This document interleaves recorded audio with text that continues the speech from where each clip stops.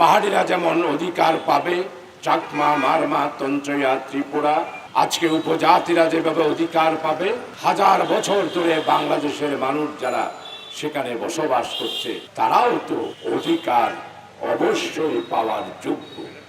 কিন্তু আপনারা বাংলাদেশের মানুষ যারা সেখানে বসবাস করছে তাদেরকে আপনারা অধিকার বঞ্চিত করছে, আর যারা সেখানে অশান্তি সৃষ্টি করছে, আজকে প্রায় 30 থেকে 40 হাজার বাংলাদেশের মানুষকে যারা হত্যা করেছে, তারা তাদের বিচার না করে তাদেরকে আপনারা অধিকার দেওয়ার নাম করে তাদেরকে প্রশ্রয় দিচ্ছে।